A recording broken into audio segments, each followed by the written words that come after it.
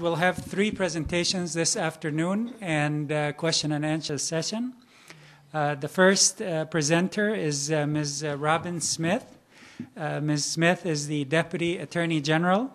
She's graduated from USC Law School in 1992. After clerking for the Honorable Judith N. Keep in the U.S. District Court for Southern District of California and working at a large San Francisco law firm, Robin accepted a position with the Legal Aid Society of Hawaii in 1995 and spent a few years there. You must have liked it. Yeah. In 1998, Robin became the directing attorney of the Consumer Law Project at the Public Council in Los Angeles. And as I mentioned, currently Robin is a Deputy Attorney General for the California Attorney General's Office. She continues her work in consumer law on behalf of mostly low-income debtors. Ms. Smith is currently a member of the Sustainable World Ministry at All Saints Church in Pasadena, the National Association of Consumer Advocates, the Los Angeles Advocates for Consumer Justice, and the Sabbath Economics Collaborative. Without much ado, it's my pleasure to introduce Ms. Smith. Would you like to put it?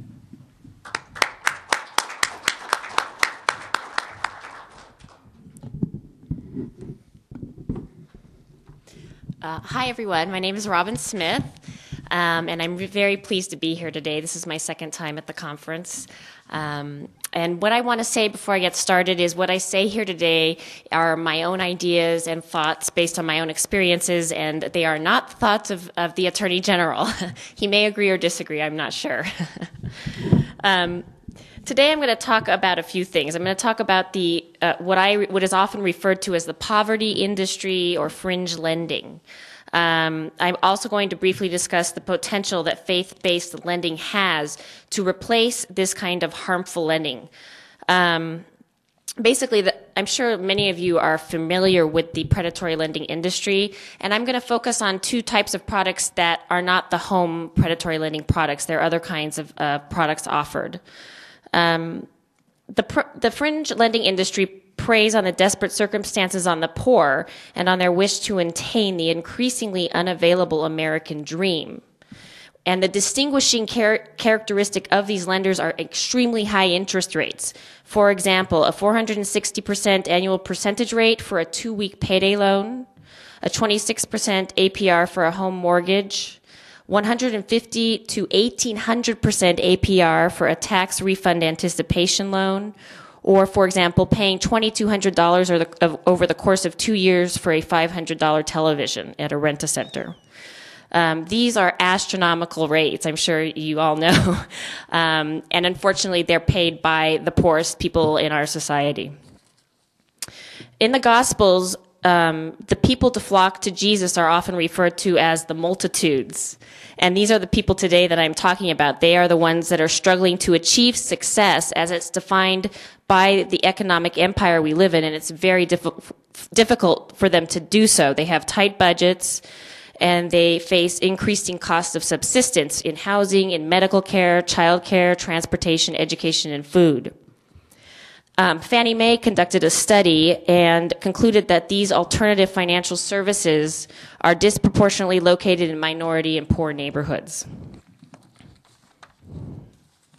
And these people are in a debt crisis, and there's an increasing growing number of them. We have personal bankruptcies in California and in the nation at an all-time high. The highest per capita bankruptcy rate is right here in Los Angeles. Record debt loads in the United States and the lowest savings rate ever. And debt really harms people, not only economically, but physically, and it really takes an emotional burden on families from shame and stress. And I've just seen, it break apart families, and it's a terrible, terrible cost to the communities that siphon these profits out of these communities. Where do the profits from fringing lending go? They don't go to the communities. They basically go to the shareholders in very large corporations that engage in these lending practices. The first type of practice I'm going to talk about are tax refund anticipation loans, since it's just the end of tax season now. In 2002, because those are the most recent statistics I have are for the 2002 tax season, there were 12.7 million tax anticipation refund loads. So this constitutes just under 10% of the U.S. population getting these expensive loans. These consumers paid $1.14 billion in tax fees, in anticipation loan refund fees, $406 million in administrative fees, and based on this, the annual percentage rates range from 70% to 700% APR. And this is just to get a loan in 2 days instead of 2 weeks that they're paying these rates. Oftentimes, they've done surveys of these borrowers. They don't understand that they're getting a loan. They actually think they're getting their tax refund and that they have to pay these fees to get it. What's worst about it is that 55% of these borrowers are earned income tax credit recipients, and they only comprise 15% of U.S. taxpayers. This is the largest federal anti-poverty program in the United States, and it brings approximately 4.7 million people out of poverty every year, the majority of whom are children. But when you have this kind of lending going on, it's draining an estimated $525 million from the EITC funds to pay for these refund anticipation loans. That's your money and my money, our taxpayer money, that should be going to the poor, but are instead going to the coffers of these lenders. Plus $1.06 billion paid for the tax preparation fees, $161 million in check cashing fees, for a total of $1.75 billion spent by the working poor to get RALs. Now, the tax refund anticipation loans are expanding. They're not just at the H&R Block offices anymore. You can get them at a car dealership to put as a down payment on your car. You can get them at pawn shops. You can get them now at payday lending stores. You can get them at Sears, Kmart, Walmart, and even Rent-A-Center now has these loans in conjunction with Jackson Hewitt. So they're making it very easy and visible for these people to get loans.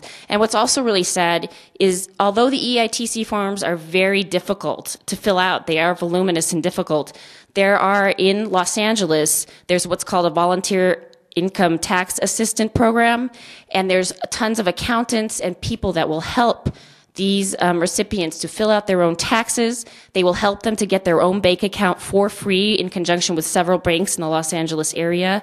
They will help them to get an email account for free, also that they can receive electronically their payments and get into the banking system. These are people that are not in our banking system. 40% of them do not have bank accounts and will rely on the check cashers. I'm really briefly going to also talk about payday loans. There are over 2,000 payday storefronts in California and over 1 million transactions per month. 91% of all payday loans are made to borrowers worth 5 or more times per year, and over 33% receive 11 loans per year.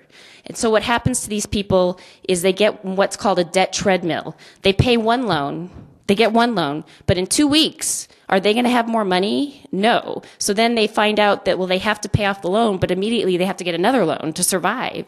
And they get on this treadmill of never-ending debt where they just can't get out of the debt. And it really is, I've seen victims of this who are Social Security recipients, who are disabled people, who are people, as long as they're getting a check every month or every 2 weeks, they can get a payday loan. Last year, in 2003, the payday loan industry lent approximately $25 billion, and borrowers paid about $3.4 billion in fees. The average annual income is around $23,000 a year of these borrowers, and the APRs range from 391% upwards of 800%, depending on what state you're in. Now, this is just the tip of the iceberg. There are unfortunately a lot of lending products within these low-income communities because that's where they really focus. So it's terrible. Now, who are these fringe lenders? A lot of them are publicly traded corporations, but unfortunately, they team up with banks to make their products available. For example, Household International part partners with H&R Block, and it has over 50% of the market share. Jackson Hewitt partners with Santa Barbara Bank and Trust. It has 10% of the share of the RAL market, and Bank One Corp gets 10% of the RAL market, and they make an astronomical return on these products. Payday loans as well. A lot of the payday lenders it's called rent a charter, and they find a state-chartered bank that is chartered in an unregulated state so that they can avoid the usury laws in the state where they are lending. So that they can, in California, for example, Ace Check Cashing was hooking up with Goleta National Bank so that it could avoid California's usury rates. And there's really, right now, a focus on that because it really is an abusive use of a bank charter. They get a 34% return on their investment. They often say, well, they have to lend at these high rates because they're taking a huge risk. But the reality is the numbers don't show that risk. In North Carolina, for example, only 6% of the payday loan checks were returned for insufficient funds, and eventually 69% of those get paid. So there really isn't here the risk that justifies that kind of interest. That's the same with the IRS. You know you're going to get paid by the IRS. There isn't a lot of risk there, especially if you are preparing the tax returns yourself. You should have some hope. I would hope that you would have some hope that your own work is good enough and that you're doing it right. So these kinds of huge returns are just not justified. Now, unfortunately, our society really prizes this kind of lending. These are wonder kids on the stock markets. They exalt these profit-making enterprises. And this is where I think faith-based lending can really make a difference. Unfortunately, we live in a materialistic culture. I'm sure I'm not telling you anything new. We're constantly bombarded with messages that we are what we own. And that this message of instant gratification, if you want it, you deserve it now. And this just results in a huge debt loads that Americans are accumulating. Unfortunately, greed and profit are paramount in our society, and they're often valued over community and humanity. We have an economic system in which financial service providers that harm entire communities are prized as long as they bring in shareholder profits. In addition, the means of exchange have become increasingly abstract. Money is no longer a means of exchange, but it's sought for in and of itself. And this money fetishism, what happens is that this abstract way of dealing with money leads us to think of things and people more abstractly, so that we become detached to things like starvation and suffering in different communities. And we become alienated from our own experiences. And I'm relying on the work of Ched Myers when I'm talking about this. I'm no theologian or economist. And he says that the economic empire that we live in is an empire of addiction to material wealth.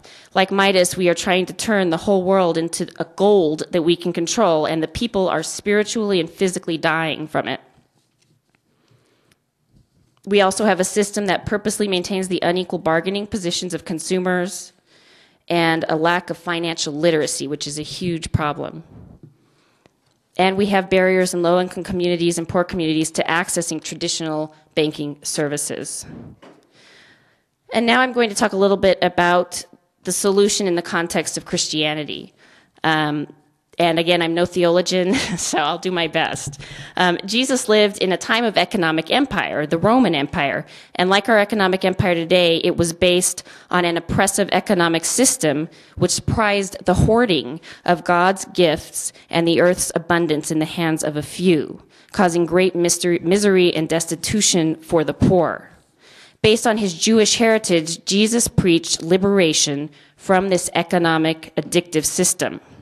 And he advocated for a radically separate, alternative economic system, which he called the kingdom of God. Now, you aren't going to hear this preached in a lot of mainline Christian churches. But if you read the Gospels, the most talked about concept in the Gospels is money. And it's astonishing that so many mainline Christian churches sort of have pushed that to the side and fail really to engage with that and ask themselves what it means. In this system, the earth and its resources are recognized as gifts from God that should be available to the entire community. We humans are stewards of this great and abundant wealth, responsible for using it to maintain the health of the communities and responsible for making sure that all people partake of that abundance. And disparities in wealth are seen actually as sin. Inequality is sin. And debt was seen as a yoke of burden. Thus, there was a mandate every 7 years to release the debts of everyone. So the idea is not to hoard wealth, but to release it back into the community, to take just what you need, allowing the wealth to circulate so that all people have enough to live in dignity. Moderation and a balanced pattern of consumption. Otherwise, like water, wealth will stagnate and poison us.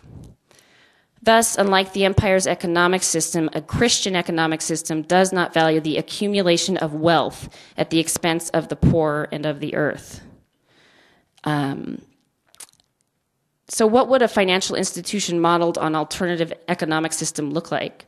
Well, human dignity would be of primary importance, not profits. Sabbath economics is based on the conviction that human beings are not simply workers or accumulators of wealth. We were made in the image of God. The day of Sabbath is a day to remember who and what we are, that we are here to serve God's purposes, that we are God's hands and voice. We are not the servants of money and greed. As such, we are the subjects of change. We are the only ones that can start to change the harmful ways of lending and start offering credit with a conscience. An early faith-based financial institution was started by the sister of Basil the Great. In the 4th century, a community of women put together their dowries to give help for the poor. So financial institutions must have deep roots in the communities they serve, use the community's savings deposited at the institution to create businesses, housing, and needed services within that community. No charging of interest, no accumulation of wealth at the expense of the poor, but a valuing of an investment in humans and their families. Information should be made available to all parties, but we must make sure that they all understand it.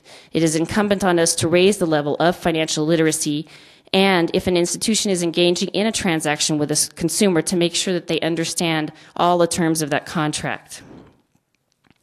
Today, many Christians are attempting to form alternative financial institutions like the Episcopal Credit Union in Los Angeles. But it's not easy, as I'm sure many of you know.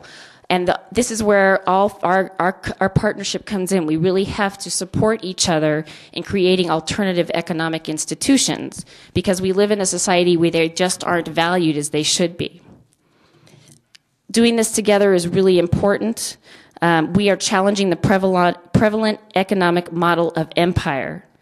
In addition, our society's wealth addiction is far bigger than we are. We cannot manage it alone. We must work together in a process of recovery from this addiction. And I really think LARIBA is doing an amazing job of doing this. It is a model for all of us to look to this model and try to create it within our own communities, but also to support each other. Thanks.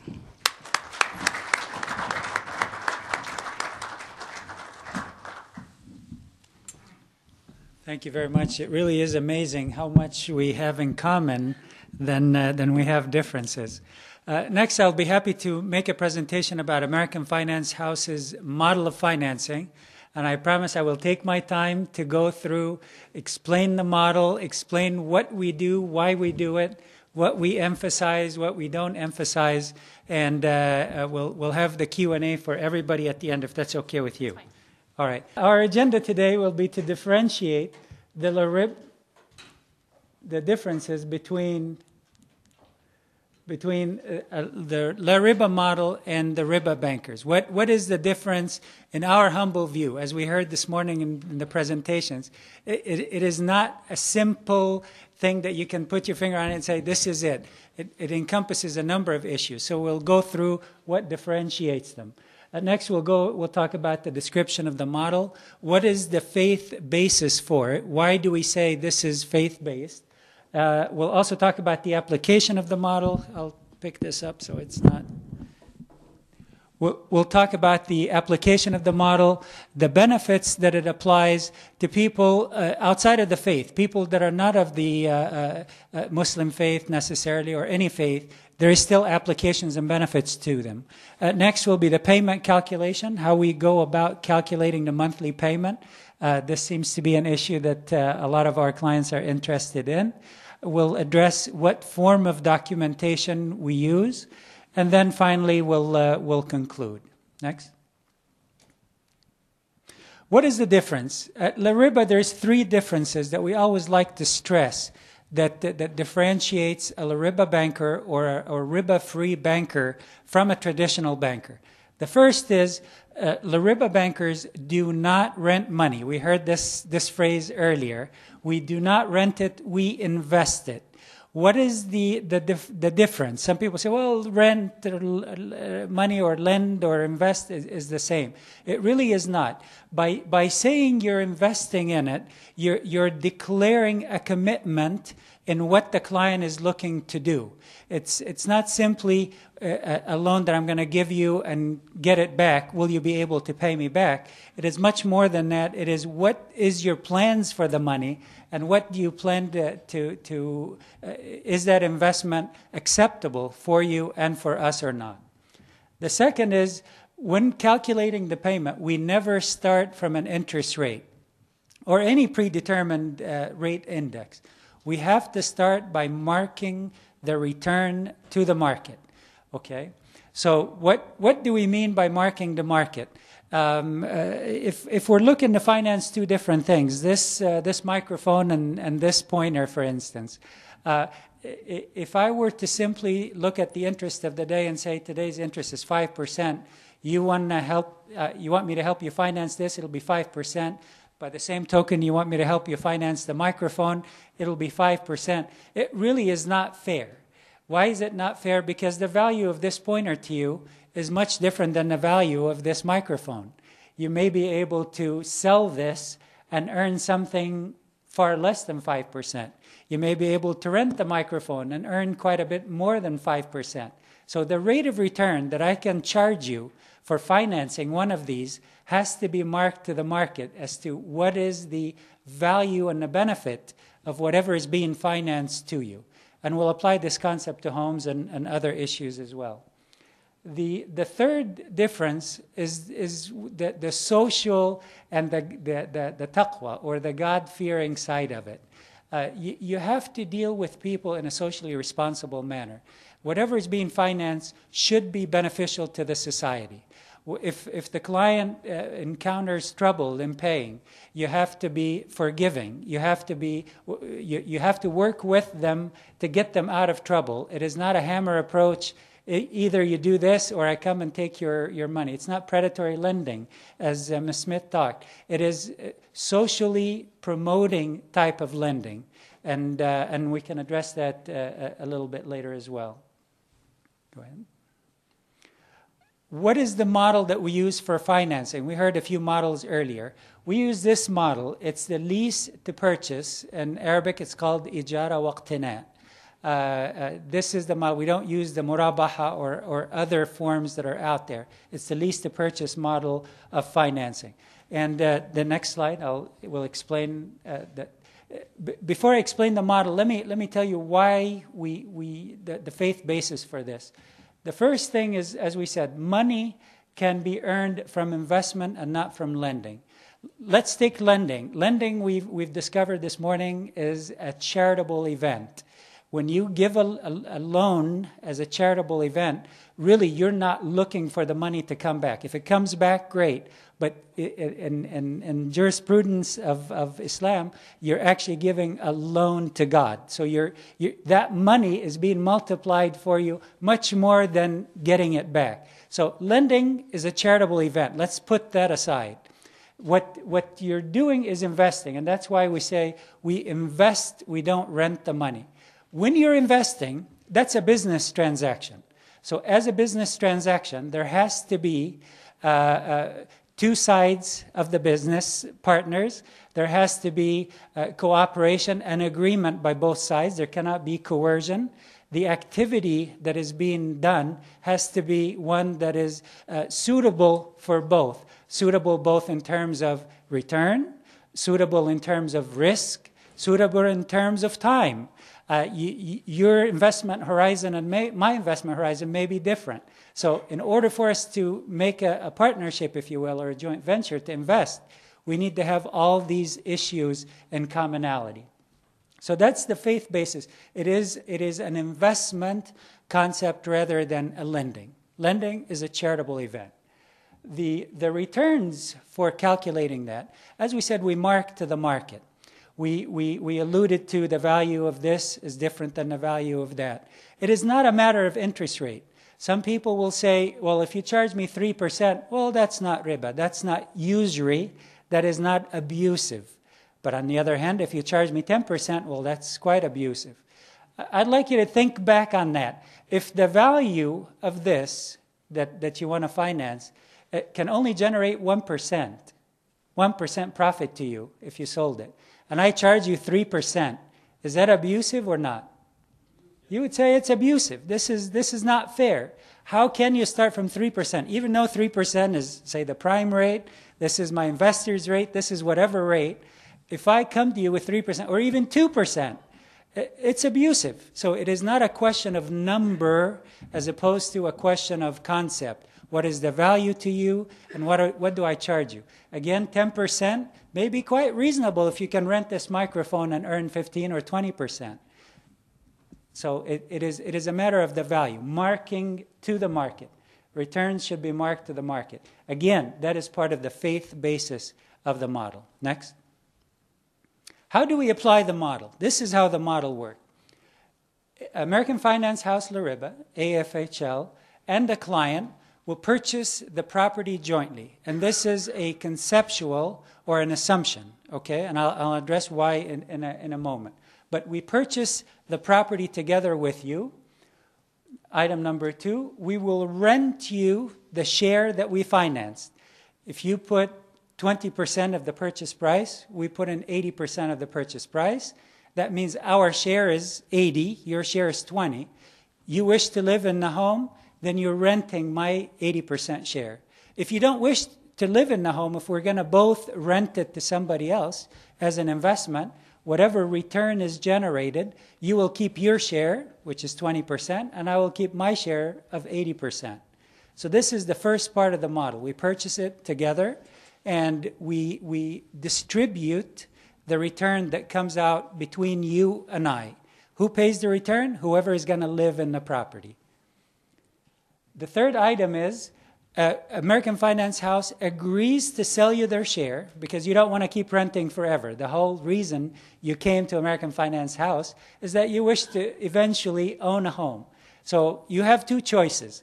Either you stay in an apartment for 30 years until you put together the $300,000 that you need to purchase the home, or you come to us and we do this structure, and in our model we agree to sell you our share for the same amount that we paid for it. If we paid $100,000, you will pay us back $100,000. Nothing in addition to that. While you are taking the time to pay the $100,000, what do you pay in addition to that? You're paying rent. You're paying rent on our share of it. Okay? The next slide, please. What are the benefits to the model? And again, some of these benefits, now we propose that this model applies to everybody, not just people of faith. This has common sense and application to all people. Number one is the monthly payment that you're making is based on marking to the market. So you know that your monthly payment that at least we agree upon is based on the value that you're able to rent this home for. And number two is the real attractiveness of this is to determine the attractiveness of the investment. What do we mean by determining the attractiveness of the investment? If you are facing 3 different individuals that come to you and say, I would like you to invest in my business. I say, okay, what do you have? Well, I propose to sell pointers that will generate 1% return. Another brother says, I propose to sell microphones that will generate 10%. and another brother that says, I propose to sell something very risky that will generate 100%. I, as the investor partner, I look at all these and I say, well, what meets my criteria, number one, and what are my choices? 1%, I'll be hard-pressed to invest in something that generates 1% when I have another option that generates 5%, or I have another option that generates 10% within the same acceptable framework of investment return. So this is the benefit of this for somebody who does not buy the faith basis of it. We tell them this is a screen.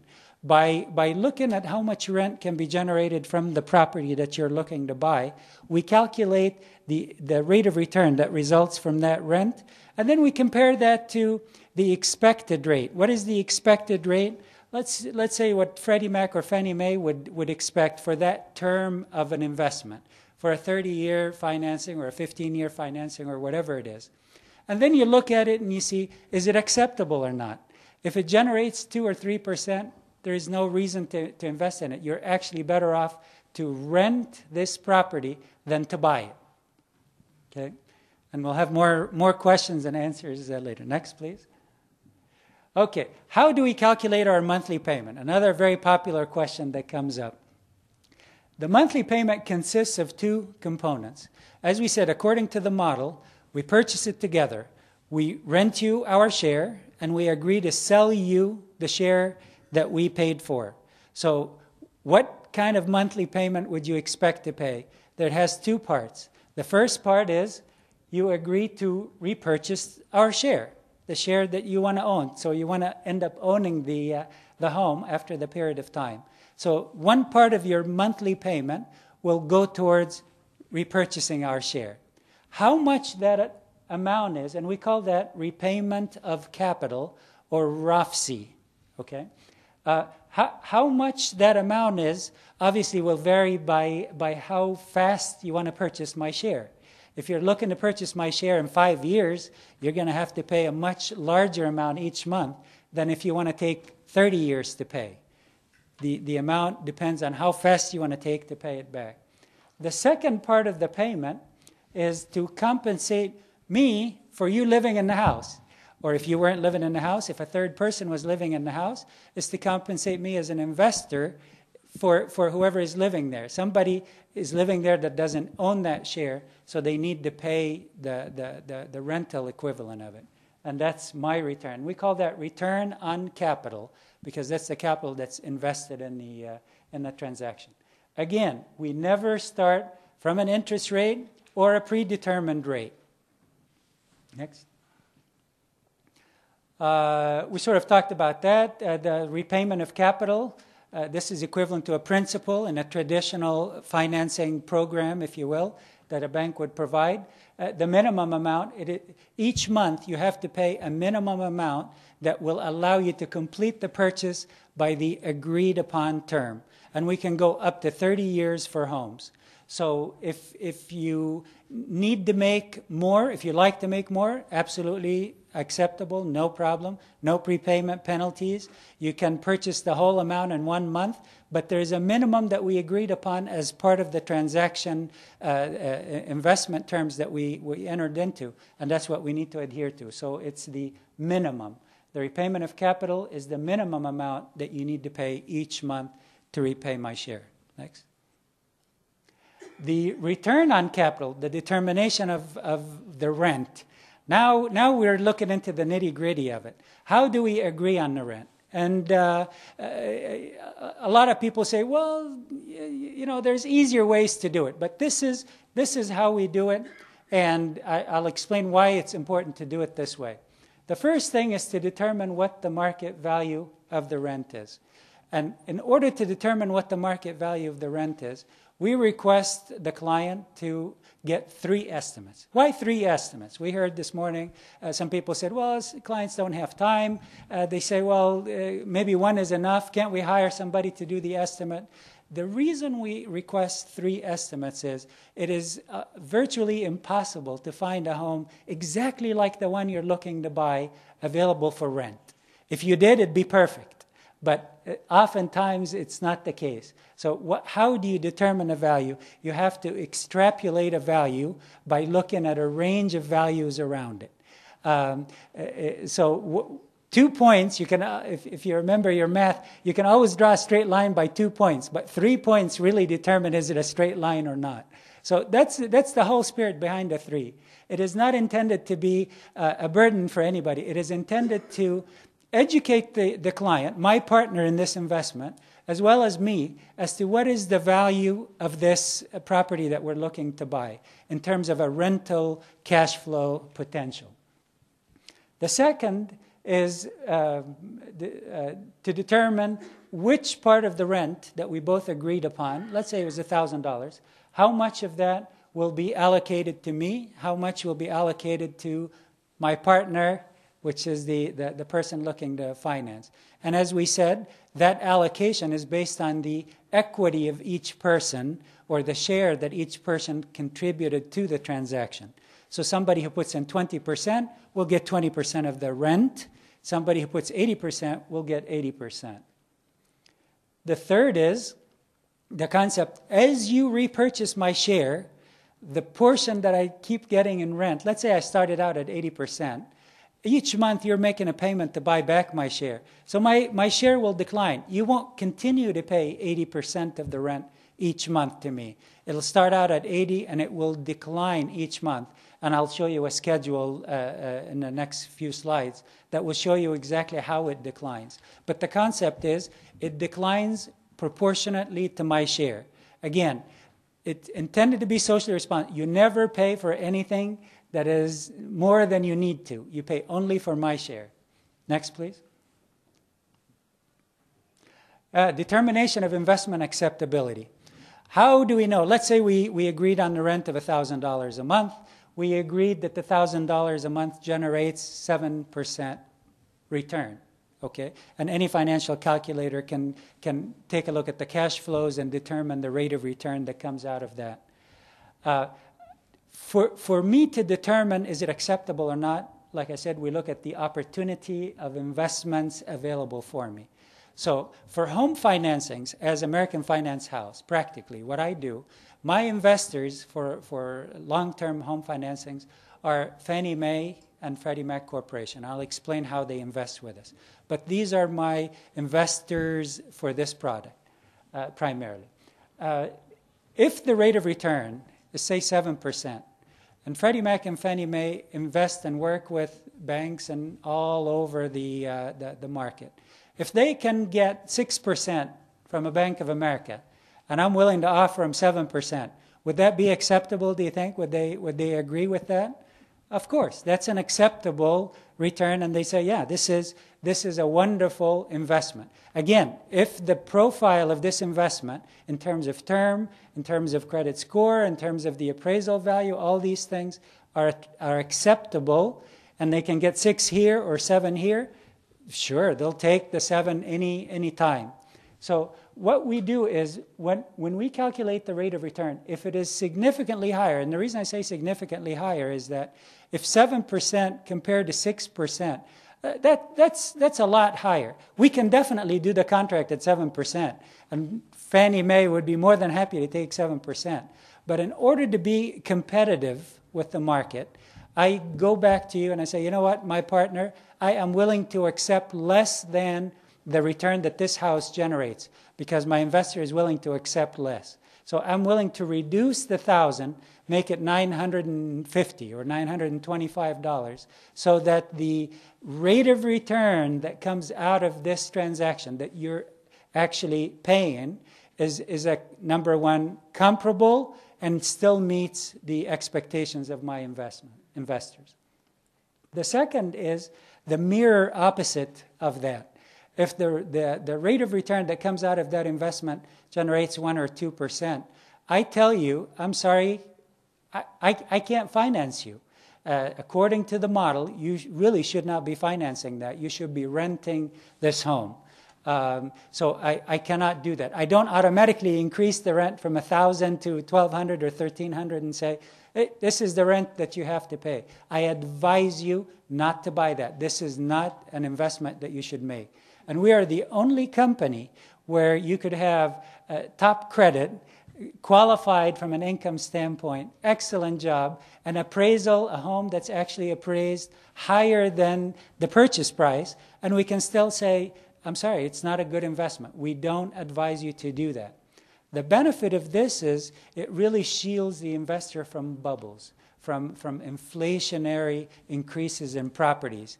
Because if all properties were viewed in terms of their cash flow potential, it would limit the appreciation that we're seeing all around us right now. The third item and thing that we do is that, let's say the rate of return comes out to about 5.5% or 5 3/4, and today our investors are expecting 6%. Technically, this does not qualify. It's not a good investment. But because it's so close, I can advise you. I can tell you, you're probably looking at a home that you can negotiate the price to make it work. Maybe instead of $300,000 purchase price, if you were to negotiate $290,000 or $295,000, that would make it be an acceptable investment in our model, and we would be able to do it. And we've actually been able to achieve that goal of advising some people. Of course, in some markets, when you have 10 bidders standing behind you, it may not be feasible for you to do, but that's precisely the time to get out. You don't want the frenzy mentality. Again, our investors are Freddie Mac and Fannie Mae, and we have other investors as well, but for the homes, and particularly the long-term financing, 15 years, 20 years, 30 years, these are the entities that are willing to do. And they invest with us, by the way. They do not give us loans. They invest. We structure the transaction exactly as I have explained. Then we show it to them to see if it meets their criteria, if it meets their guidelines. And if they agree, they invest in it. Next slide, please. I think I have some more on that. Here's another popular question that comes up. What is the role of Freddie Mac and Fannie Mae? Number one, are they a bank? Do you go to them and say, can I borrow some money? And the answer is no, they are not a bank. Then what is their role? What do they do? Well, Freddie Mac and Fannie Mae, both are public companies, and we had presentations this morning from Fannie Mae. They have two roles that they can play. And either they can play those two roles with only one of the two roles or both roles with a company. For instance, Freddie Mac, for us, acts as an investor. Fannie Mae acts as both an investor and a guarantor. Let's take a look at them. As an investor, what they do is, after we structure the transaction and we calculate the payments and the rate of return, we show it to them. They look at it, they say, yes, we agree. Go ahead, make the financing, and they reimburse us. We put out $100,000 for the financing. They send us $100,000 for the financing, and we earmark this transaction as the investment of Freddie Mac. Payments that come in the future will be earmarked for Freddie Mac. So this is their investor role. Both Freddie Mac and Fannie Mae act as investors with American finance house LARIBA. Fannie Mae also acts as guarantor. Instead of giving us cash, they also, because of their clout, because of their credit rating, their name in the industry, they say, if you wish to pool the mortgage financings that you do and create a public security, like a bond, a mortgage-backed security, that you can sell to investors, we are happy to guarantee it for you. Why do we guarantee it? Because it meets our criteria and because you'll pay them a fee for it. So they make money by guaranteeing, by getting a fee. So we have been lucky with Fannie Mae. We were the first company in the history of the U.S. and the West to issue mortgage-backed securities backed by these LARIBA structured mortgages. And Fannie Mae guarantees them. And again, they work exactly like any other transaction that we do, and they have the appearance to the investors of a regular MBS that Fannie Mae guarantees. Next slide. Okay, here's one of the sample amortization schedules if you wanted to finance this home. Here's the assumptions. The purchase price is $150,000, and I realize in Pasadena at least that may not be realistic. Let's say we're looking to put 20% down payment. The term of the financing is going to be 15 years. And then through our mutual checkings and negotiations, we've agreed that the rental value for this house is $1,000. Okay? We have a computer program. This is the months from 1 to 80. That's 15 years. RONC, if you remember, is the return on capital. It is the share of the rent that you, as my partner, will pay me for you to live in the house. So you're paying my share of the $1,000. So if you start with 20% equity, my share is 80%. So the very first month, you will pay me 80% of the $1,000 or $800. That's my share of the rent in the very first month. In addition to that, you want to pay something to be able to buy my share over 15 years. How much this amount is, we actually have a computer program, a patented computer program that allows you to pay a level payment each month, and within this level payment, you pay my share and you pay an amount that's required to complete the purchase by the 15 years. So it's an amortization schedule that basically solves for what level payment should you make each month to be able to pay my share of the return and complete the purchase within the 15-year time frame. So in this case, if purchase price was $150,000, you put 20% down, that's $30,000. The share that's financed by me is $120,000. So you'll start out at $120,000. After 1 month, it'll be $119,653 because you purchased $347 worth of shares, or 347 shares of mine. And again, the next month you purchase a little more. My share has declined from 120 to 119, so the rental portion that goes to me is 798. It goes down month by month by month. As your share increases and my share decreases, the rent that goes to me also decreases. Next. What documentation do we use? A lot of companies that operate in the Islamic finance arena have tried very hard and have spent countless monies trying to invent documentation that appear to be Islamic, to be honest with you. We've taken another approach. We say that the laws of the United States are very well stated and very well in favor of the consumer. So we take the standard industry accepted mortgage financing documents that do have references to the term interest in them. But anytime there's a reference to the term interest, it refers to the implied rate of return that comes out of the rental value that we've both agreed upon. So the traditional documents that you see when you come to sign are going to be the same as you see from Bank of America. There's not any difference in those, with the exception of we use a LARIBA financing agreement to supplement those documents. It is not two separate agreements. It is not an agreement that supersedes the legal documents. It is an agreement that supplements it. And what the LARIBA agreement says is that, number one, it defines the investment approach that we took to approach this transaction.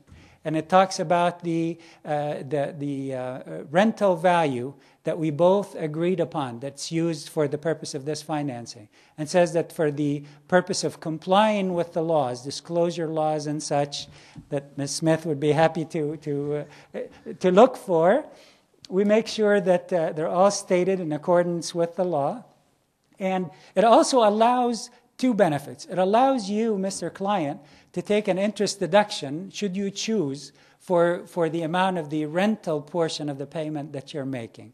And number two, from our side, quite frankly, it helps us because the traditional documents, should there be a dispute between you and us. We're not looking for interpretation of the documents. These traditional documents are there. The laws and the courts are very clear about the roles of the financier versus the homeowner, and there's certain steps that have to be followed in order to proceed. Next. So in conclusion, our model, faith-based, socially responsible. It is not abusive.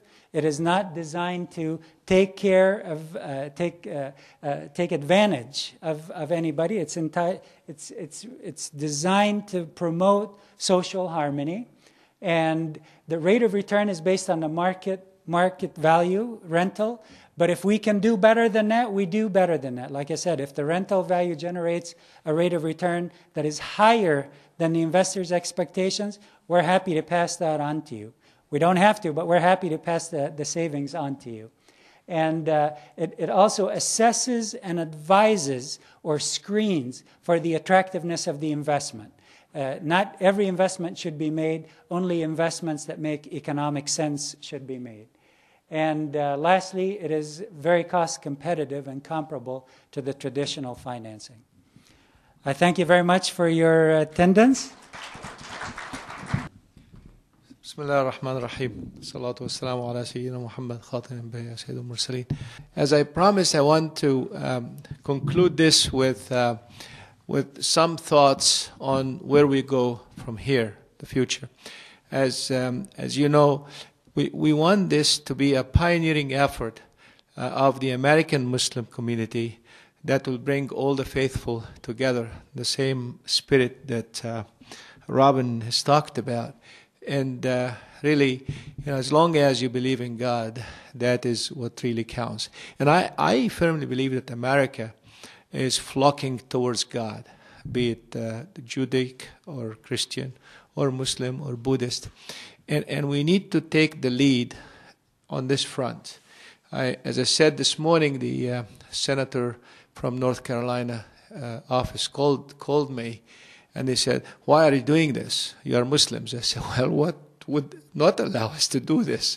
We believe that the Abrahamic faith has prohibited riba, and we're honored to take the lead in this field, and we thank and praise Almighty God that He has allowed us to do this." Now we have a new member in our group, which is the Bank of Whittier, where we can talk to people about the concept without calling it Christian or Islamic or Judaic. But when we tell our story to the community at large, they love it. They say, "We've never heard it this way before." We tell them we do not rent money. So what do you mean? So we want to go through it systematically to make sure that your project that you want to finance makes economic sense. And we frankly don't do this only for our benefit as a bank, but it's also for your benefit, your family's benefit. So you don't get into something that bombs in your face, and then your family will suffer, your kids will suffer for a generation or 2 generations to come. And they just love every minute of it, so we thank God for it. Next slide. First, I would like to throw and shed some more light on some of the thoughts that were mentioned this morning. First of all, we do not do Sharia arbitrage. We do not practice Sharia arbitrage. If you remember what was said this morning, that if you can find a product that costs $5 and you dress it up to make it look Islamic and sell it for $6, then you will make the difference, which is $1, and that's Sharia arbitrage. And unfortunately, many of the so-called Islamic banks have been practicing things. I've had the honor of arbitrating, of evaluating, and of reviewing contracts that are supposed to be Islamic in many Muslim countries, from Malaysia to Singapore to Turkey to Kuwait to Saudi Arabia. And essentially, this is what's going on. What you do, you take the word interest out, replace it with profit or service charge, and the contract is the same. As a matter of fact, there's a competitor that came upon us over the last 2 years, and of course, they go through a great details to make it look Islamic. But then when you read in the fine print, it says, when we go to court, this contract will be treated as a financial contract. I said, why do you have to pay all of this money to say that? Why don't you say it up front and tell people about it? We do not practice Sharia arbitrage. Now, first of all, we do not advertise our Sharia board. Some companies say, well, my Sharia board is Sheikh such and Sheikh such and Sheikh such. And they end up, unfortunately, demeaning and paying no respect for the scholars who are supposed to be respected and held in high esteem and high regard. So they use them as a sales tool. And in the process, they not only tarnish the scholars, they tarnish the faith itself. The second thing is we are willing to go to any scholar. Like some of our customers call us and say, can you please send me a copy of the fatwa? Or can you please send me a copy of the jurisprudence?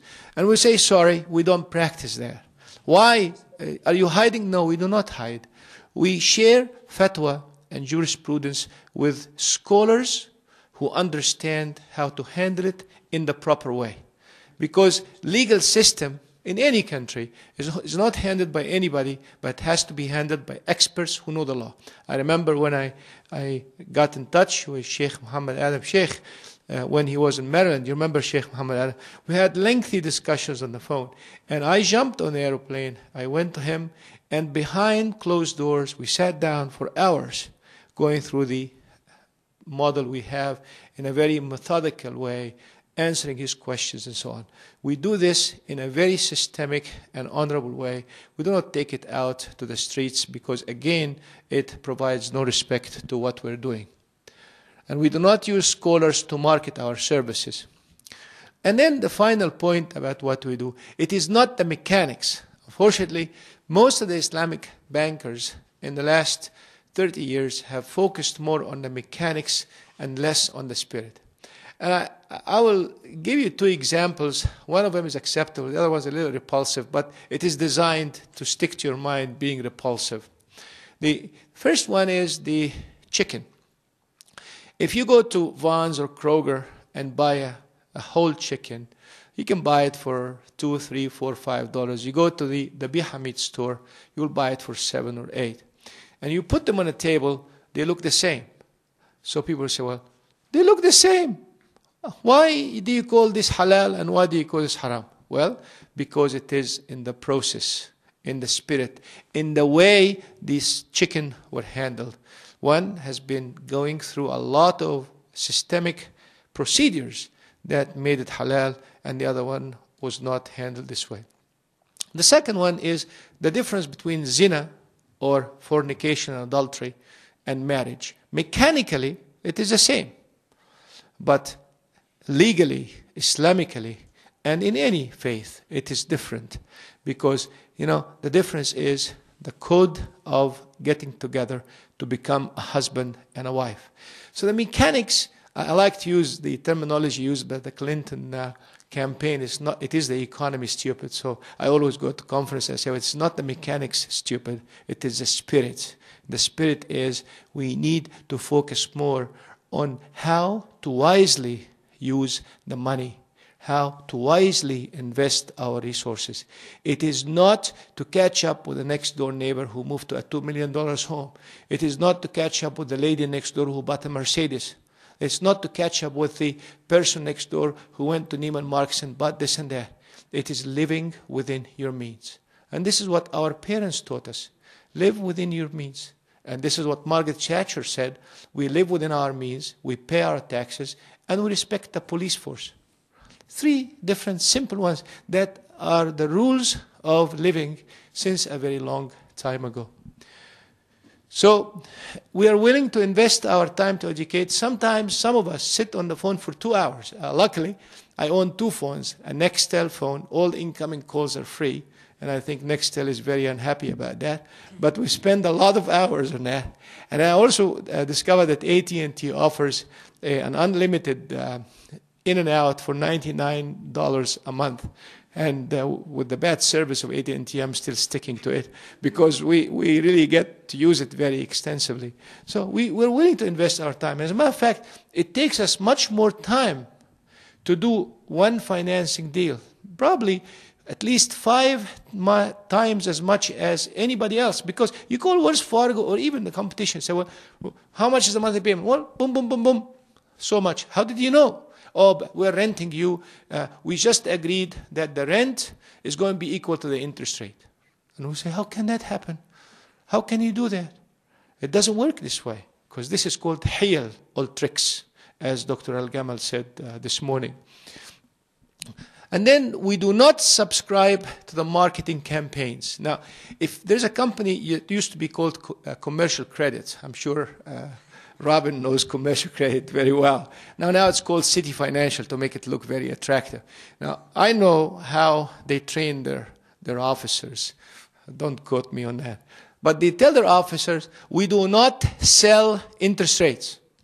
You do not go out and tell people that the interest rate is 10% or 9% or 8%. We sell monthly payments.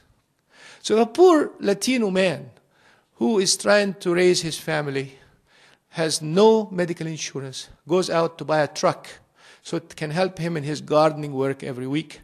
They don't tell him that we're charging you 20%, sometimes 25%. I'm sure you investigated them. 25%. They don't do that. They say, oh, all you need to do, just come to me, I'll finance the truck for you, charge 25%. But they don't tell him that. They tell him in very, very fine print, because they have to abide by the regulation Z, which is the disclosure of the implied interest rate. But they tell him, pay me $100 a month.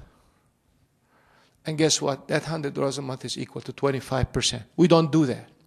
We have full disclosure, because it is not only the relationship between us and the customer, it is a relationship. It is not the relationship between us and the United States government, but it is us and a much higher authority that we will be answering to.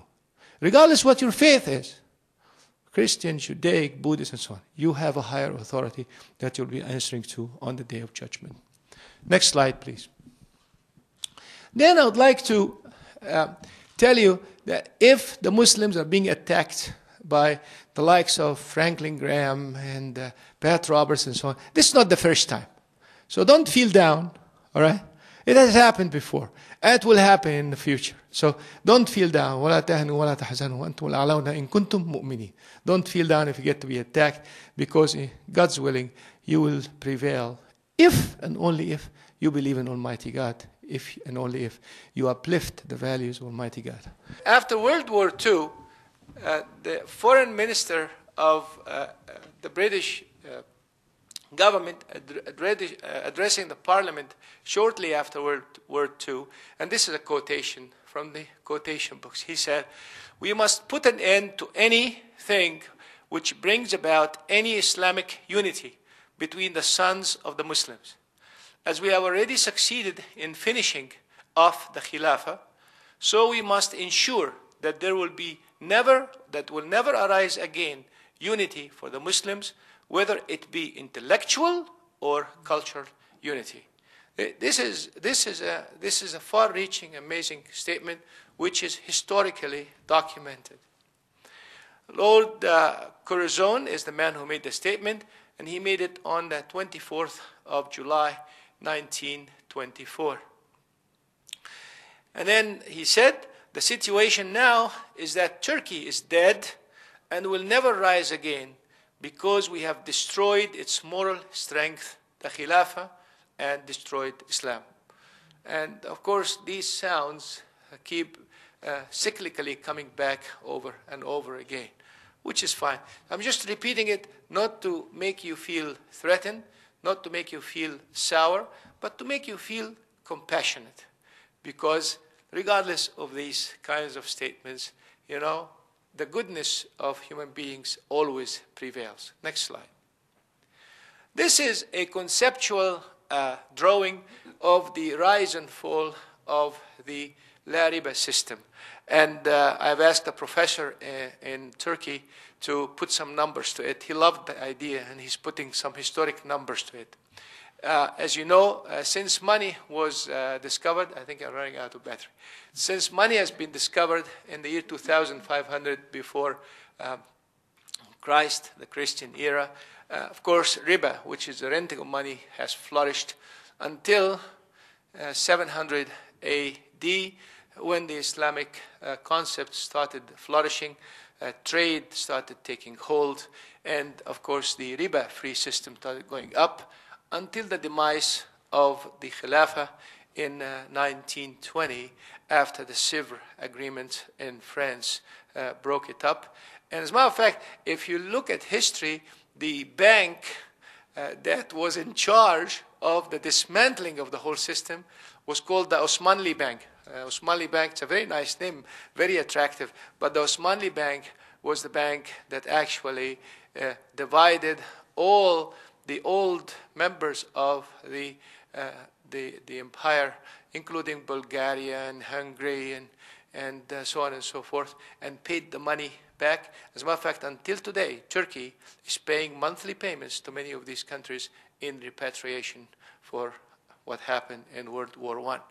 Of course, the riba-free system declined big time, and in lieu of this came out the riba system. The time difference between the development of the riba system and the riba system is about 600 years.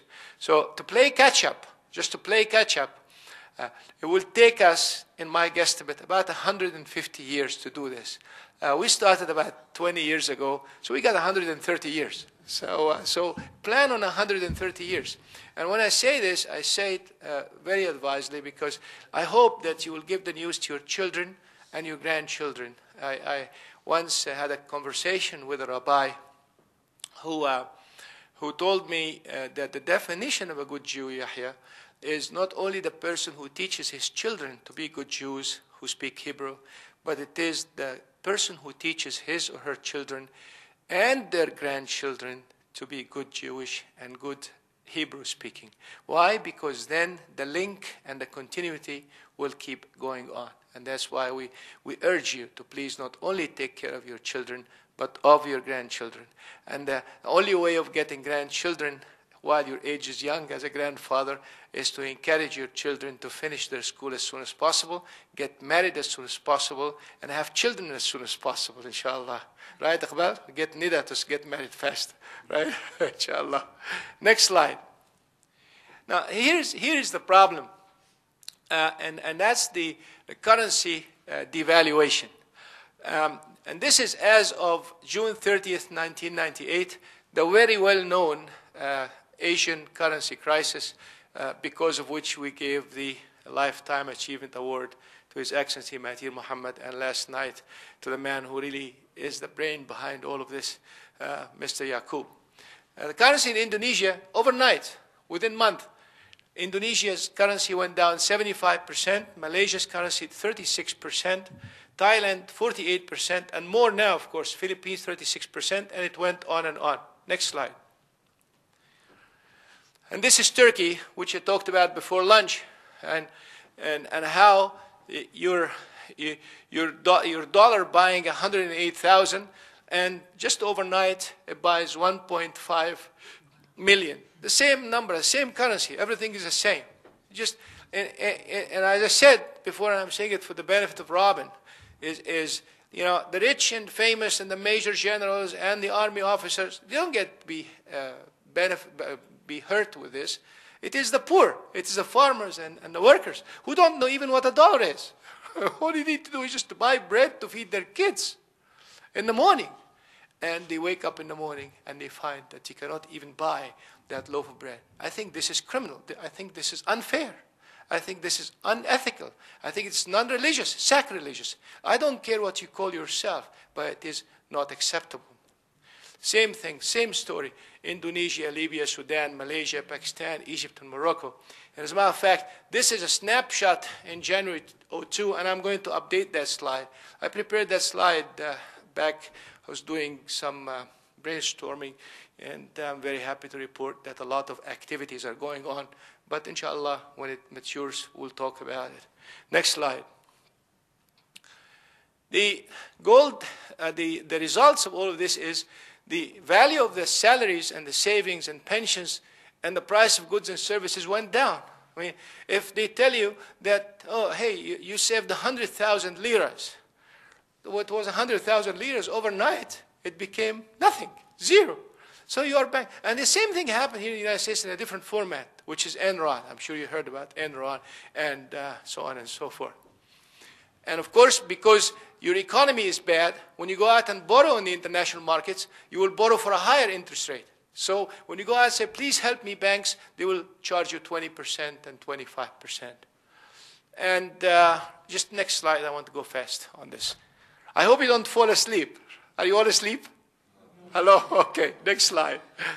The major powers resort to freezing assets entrusted with its banks. Like, for instance, Egypt had millions of dollars at the time, in today's value, billions of dollars. And when the Suez Canal was nationalized, the assets of Egypt in the Western banks, especially in England, had been frozen. You can't get it. Same thing happened to Iran after the Islamic Revolution in Iran. We, the United States, owes Iran about $70 billion. Over and above the economic boycott, over and above all this stuff, we owe them money, and we haven't paid them back for it. Same thing with Pakistan. And then the non-profit organizations and the wealthy individuals get to be harassed. Like, we have to pay zakah. And where do we pay it? We have to have an honorable organization. And all of them became dishonored. Why? We don't know. Some of them were bad boys and girls. Yes, we agree, and they should be shut down. But it doesn't mean that we shut down everything. Next slide. And then the money printing thing, as I said this morning, the only central bank in the world that does not yield to political pressure to a certain extent is the Federal Reserve Board of the United States. Everybody else actually is controlled by the president of this country, or the king of that country, or the prince of that country. Take your pick. And then debt accumulation without democratic due process. As you know, if the city of Pasadena wants to go out and issue a bond so they can borrow money from the public to build streets, they have to go and have a referendum on borrowing or not. Is that what we do here? Hello? Is that what we do here? That's what we do here. You go to these countries, they just do it on their own, without telling the people about it, without taking their opinion. And then in the morning you say, you know, I forgot to tell you. I'm sorry, I forgot to tell you. You know, I owe the United States $5 billion. And this is very undemocratic. And this is the real democracy that we should bring to these countries. It's not just the dressed up, glossy thing that we talk about in the media. We want honorable people to run these places. Next slide. And the leakage outside the economy, another very, very well-known thing. And those of you who come from developing countries, from Sudan to Egypt to Pakistan to India, any one of these, you go to the bank, they lend you money because you are well-connected and respected. You take the money, what do you do with it? Invest it in the country? What do? You invest probably 10% of it in the country, and the rest of it goes to your secret bank account in Switzerland and invested somewhere else, but not in the country. So what you do, you go and take loans from the United States and England. You bring the money to Egypt. You go and borrow the same money, take 90%, send it back to where it came from. 10% stays in the economy. What happens? A complete destruction of the economy. As a matter of fact, if you look at the way our system here in the United States has been designed, the reason we have Merrill Lynch, Smith Barney, UBS, is exactly to minimize the leakage of the money outside the economy. What do? They take the surplus money that you have so they can invest it in the United States. And if there is a good investment opportunity, it is invested by qualified professionals in specific countries according to a certain risk model that they follow. We do exactly the opposite in these countries. And then, of course, interruption of trade. Keep going. Now we get to the fiat money. What is fiat money? Fiat money, there is a brand name in Italy called Fiat Automobiles. They tried to bring it here into America. It didn't work. So that's essentially what fiat money is. So this is $1. Now, the reason this piece of paper is respected is because it carries the full faith and credit of the United States government. And it also carries something that not too many people, including Mahmoud the economist, don't publicize for, and that is the gold support. And I will get you some statements to prove that to you. Now, this is fiat money. It says it's worth $1, but really, if you print it, it costs 2 cents to print this piece of paper here. But it's valuable because it carries the full faith and credit of the United States government. And it says, on top of it, read it, this note is legal tender for all debts, public and private. Now, whereas the United States says, if you carry this, I owe you $1, right? Now, in the old days, in the early days of England, a British pound used to be a gold pound. And then they started injecting some copper in it. And we have a big research on that. Slowly injecting copper in it, 10%, 20%, 40%, 50%. And then actually it became plastic.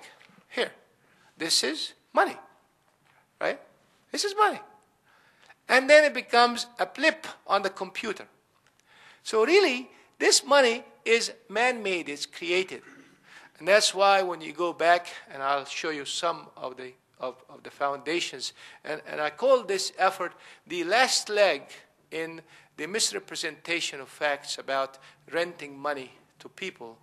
And of course, the least educated are the ones who fall for it. These are the poor people who go out and farm and clean your yard and cook for you at the restaurants, so on and so forth. So paper money was first used by, let me get you. According to Webster's New World Dictionary, fiat money is currency made legal by fiat. Fiat means sanction, and neither backed by nor necessarily convertible into gold or silver. In other words, if you go and exchange this, it doesn't have to be converted into gold or silver. Paper money was first used by the Chinese beginning in the Tang Dynasty between 680 and 907. And during the Ming Dynasty, 1300 AD, the Chinese placed the emperor's seal and signature of the treasury on a crude piece of paper made from mulberry bark. Just a piece of paper, essentially not much different from this, but less sophisticated in printing. And then in the first United States Depression that happened between 1819 and 1821, fiat money was used in the states of Tennessee, Kentucky, Illinois, and Missouri, but was quickly abandoned because of the danger of using such currency. Next slide. In times of government weakness and instability, like in times of wars, no one will accept paper currency because of the promise of the government has no value.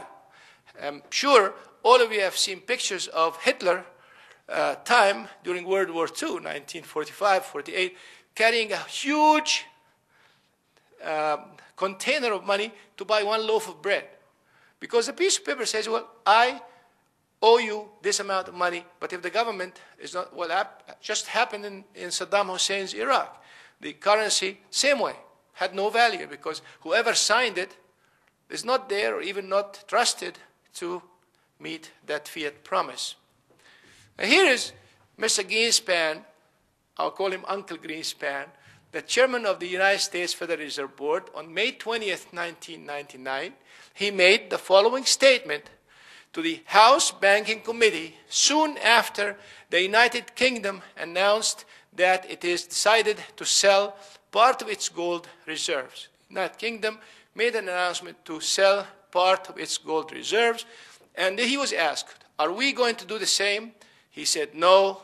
Here's a statement every economist should read very carefully, because when Greenspan talks, he just doesn't talk too much, and every word is weighed, looked at 100 times before it's put out. He said, gold still represents the ultimate form of payment in the world. So gold still used by us as the ultimate form of payment, despite the fact of all the efforts to sell to the rest of the world the idea, oh, gold is not important, get out of it. It's all the economy, the big countries, and so on and so forth. Next slide.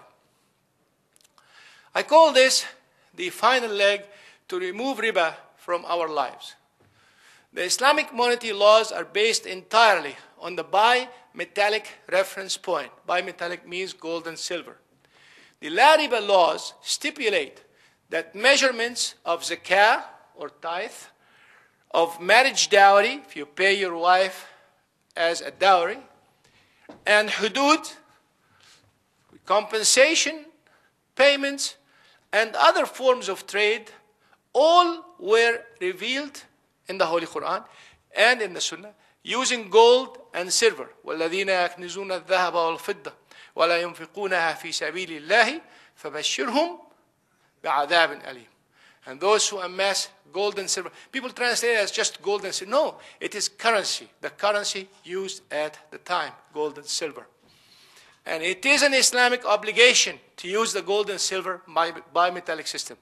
I believe, and of course, this is being researched by very distinguished fuqaha to get the foundation of it, that the bimetallic system is a duty, that not only for the Muslims, but for all the Abrahamic faith. Then we can have something that is a reference point that is created by Almighty God, not by man.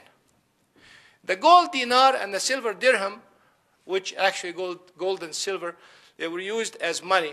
Gold was used as money well into the 20th century and for at least 2 centuries before. Most bonds, including government bonds, were called gold bonds. As a matter of fact, until today, the British bonds are called the gilts. And the gilts, why are called gilts? Because they are bonds that were supported by gold, but they still carried the name gilts. After World War II, convertibility of paper money into gold was suspended for the most part and was finally terminated by President Nixon in 1971. I have a story to tell you about President Nixon. You remember in 1968, a very distinguished man came to power in France. His name is Charles de Gaulle. And Charles de Gaulle actually was one of the military leaders that signed up the treaty with the new Algerian government after the liberation of Algeria. Just a little inclusion here. I don't know if you know this or not. I just didn't know it until very recently. The army of Algeria, after signing the treaty, was actually the French army of Algerians that was stationed in Algeria. And that's why Algeria was never stable. I didn't know that. I just knew it when I was passing through some documents, and it's an amazing thing. But back to Mr. de Gaulle. So de Gaulle came, and he was a very smart man, he and his advisors. And of course, the French always have been competing with the United States. I'm yet to find out the historical reason for it, but they have been in competition. As you know, after the Marshall Plan, which we all hear about nowadays with Iraq and so on, the United States printed a lot of money, sent it to Europe so we can develop the economy of Europe. That created a lot of money pooled in Europe. Then Charles de Gaulle found a lot of these dollars, and he didn't know what to do with it. So he said to his advisors, I'm a little bit dramatizing it. He said, well, what do I do with this money? They said, well, we have something called the Bretton Woods Agreement that we signed in 1948 with all nations that would say that every dollar that we issue is like gold. He said, what do you mean? He said, well, we agreed that the ounce of gold, the price of 1 ounce of gold is fixed at $35 an ounce. He said, wonderful. I can send all of these dollars to the United States and ask for gold from Fort Knox. And indeed, that's what he did for almost 6 months. He would send dollars to the United States, and gold is shipped in C-130 cargo airplanes back to London, because London is the headquarters of the London Metal Exchange, where metal is exchanged, which is gold exchange. As a matter of fact, the story is that they stored it on the second floor. The second floor collapsed because of the heaviness of the gold. Then Mr. Nixon started finding out that more than 1/4 of the gold in Fort Knox have been depleted. So he said, what do we do? And of course, inflation was rampant. You remember those days and so on. So he was advised to break the relationship between the dollar and the gold, and that happened in August 1971. I don't think Robin was old enough to remember that, but those days they had the wage and price freeze and control, and then the value of the gold was left to float to its market value. It went as high as $120 at the time, and it kept going up and up. And so, next slide. So I'm going to tell you quickly what I did here. I said, if we ask ourselves how many barrels of oil I can buy for every ounce of gold. In other words, suppose I'm buying oil now with gold. Now, in 1967, gold was $35 an ounce, right? And gold and oil was selling for how much? $2.50 a barrel. You divide 35 by $2, you have about 16 barrels of oil for every ounce of gold. Am I clear on that? Hello? I see people falling asleep, right? Have I cleared that? You're buying 16 barrels of oil for every ounce of gold. Now, if you look at the numbers today, if you buy it with gold, you're buying today 2 barrels of oil for every ounce of gold. Real numbers. That means the effective value of a barrel of oil, had we fixed the relationship between gold and the dollar, is almost $200 a barrel of oil. And this is very dangerous. And this is why what's happening is happening. And I'll tell you why. Next slide. This is the price of oil, actually, with the current dollar value fluctuating, right? I mean, the dollar is left to the gold is left to fluctuate up and down, and you will see that it ranged between $10 barrels of oil per ounce of gold to 30 barrels of oil per ounce of gold. Now, which means that you're buying a lot of oil for an ounce of gold. Now, look at this. When did the Iran-Iraq war end? 1989. Right? 1989, the Iran-Iraq war ended. And then Mr. Hussein, a stooge of the CIA, actually, we made Saddam Hussein, if you don't know. We made the guy. And I was once invited to Cal State San Bernardino to make a presentation about that. I said, well, nobody even have respect for Saddam Hussein, before or after. He was a no entity. Ask the 2 million Egyptians that used to work in Iraq, and he just put them on an airplane, dumped them back to Egypt without even a penny of their savings all these years. And he will tell you who he is. Everybody knows. Ask the Iranians who Saddam Hussein is. Saddam Hussein killed 1.2 million Iranians. And by the way, the chemical weapons that we complain about, we gave Saddam Hussein the chemical weapons, and they were first used against 120,000 Iranians who are still crippled until today. But of course, Iranians are not important. They are no entity, right?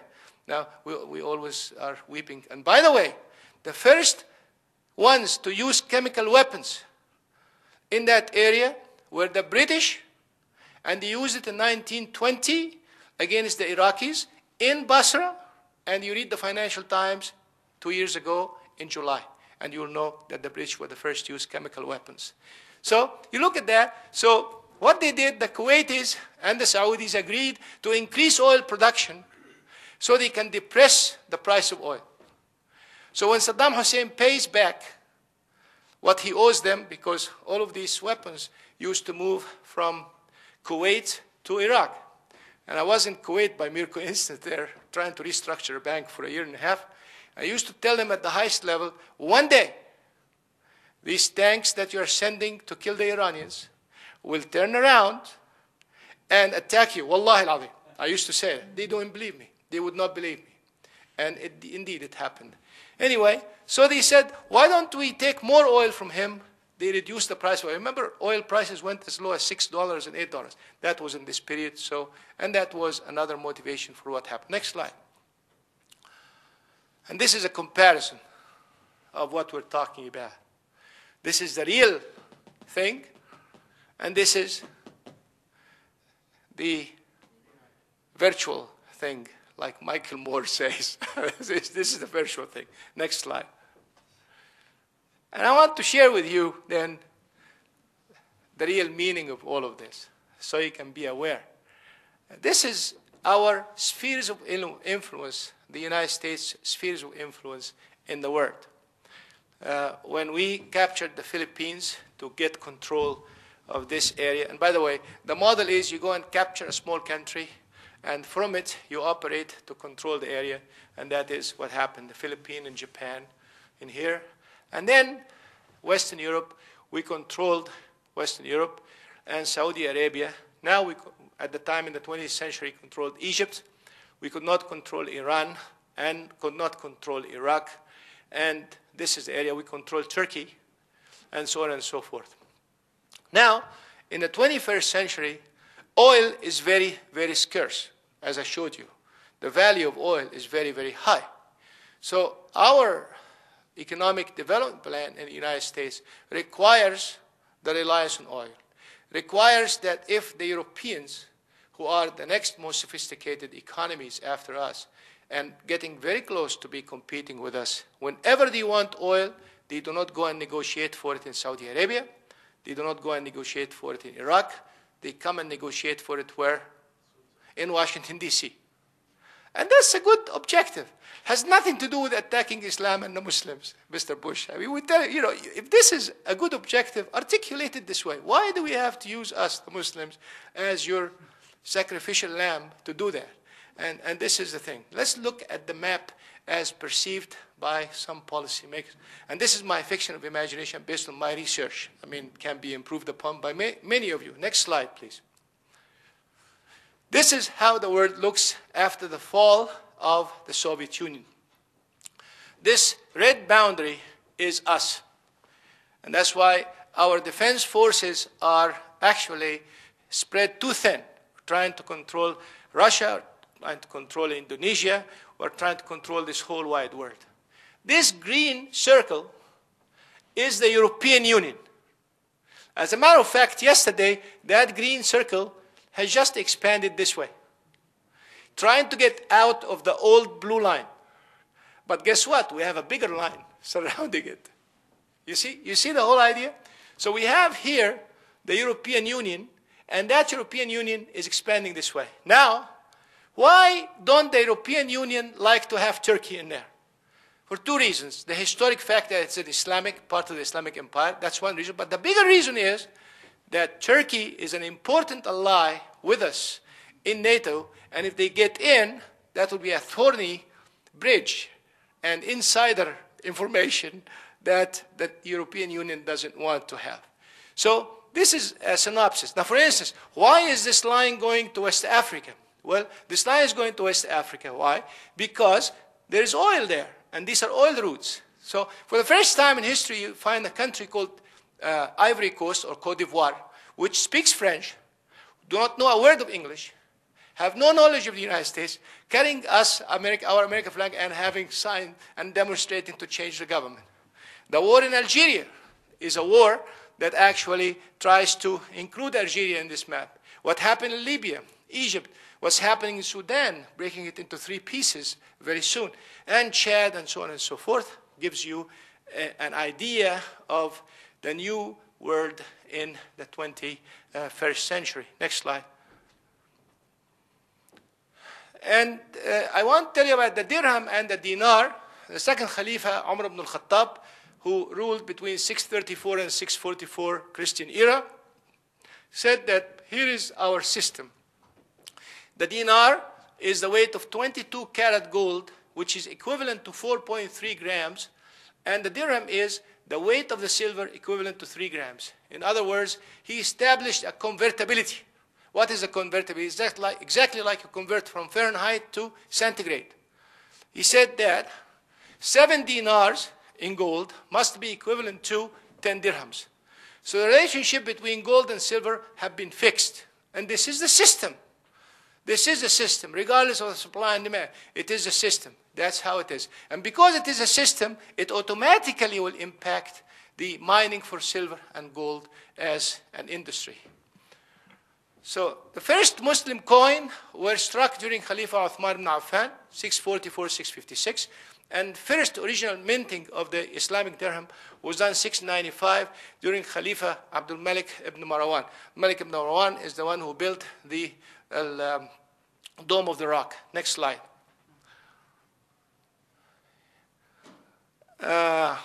Keep going. Keep going. Next slide. Next slide. The center of gold trading in London is London, actually.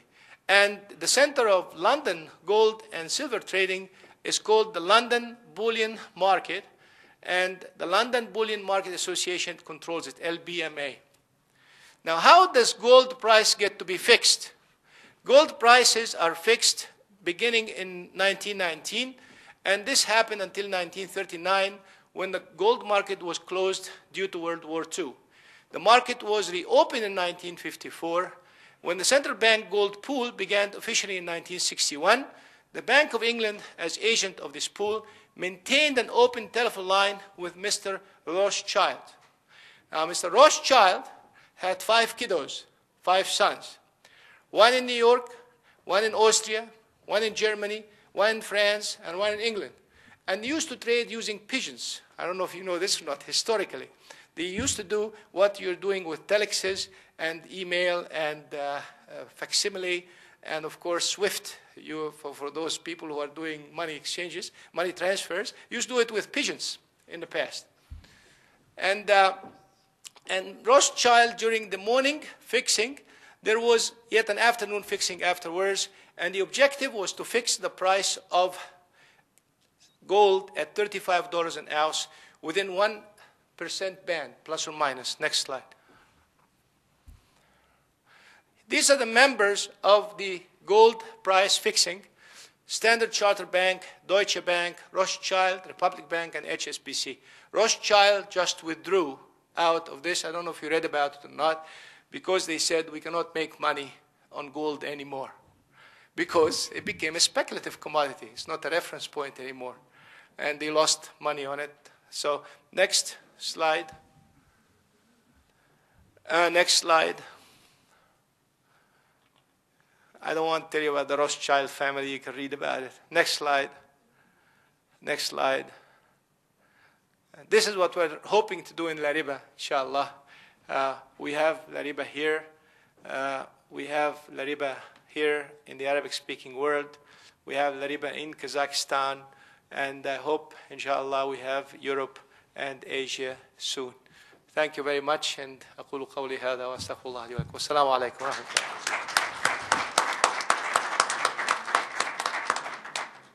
Okay, any questions? And if you would like to specify the person you're asking, fine. If not, we'll designate. Brother Dr. Samir? The question is for Ms. Smith. You mentioned that Sister Basil, back in the 4th century, was trying to do actually what seems to make sense now.